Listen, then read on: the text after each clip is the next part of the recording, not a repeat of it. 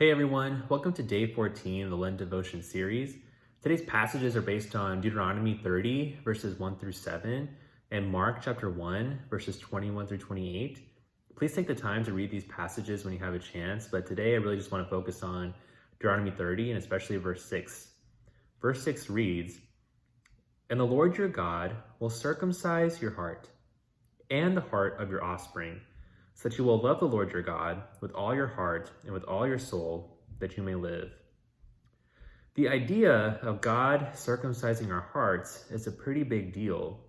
And the idea of circumcision was this outward expression done by the Israelites to affirm their covenant relationship with God. And a lot more of these outward expressions are detailed in the whole book of Deuteronomy, where Moses essentially is reviewing all the laws and commands that God instilled for the Israelites to set them apart from other nations. And in fact, most of the time when the New Testament mentions circumcision, it typically represents all these laws mentioned in Deuteronomy. And while Deuteronomy lays out these laws in specific detail, it repeatedly talks about people's hearts and how God himself acts within people's hearts in order for us to be obedient to him.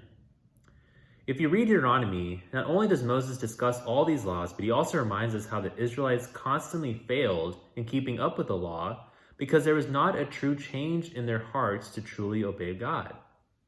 Paul even mentions this in Romans 2 verse 29, but he states that a true Jew is one inwardly, and circumcision is not really about this outward expression, but truly a matter of the heart, a change that is done by the Holy Spirit and not by the law.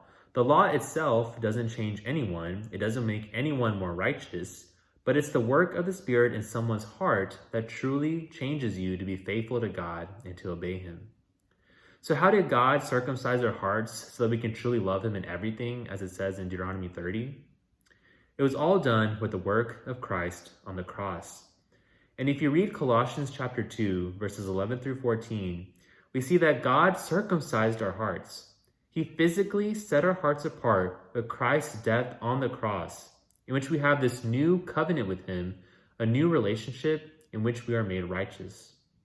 Christ's death on the cross should ultimately stir our hearts, change our hearts to love God for truly saving us, and motivate us further to be completely obedient to him.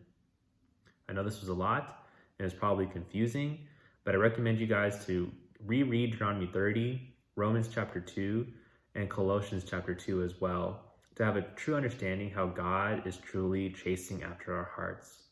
Thank you guys and have a great day.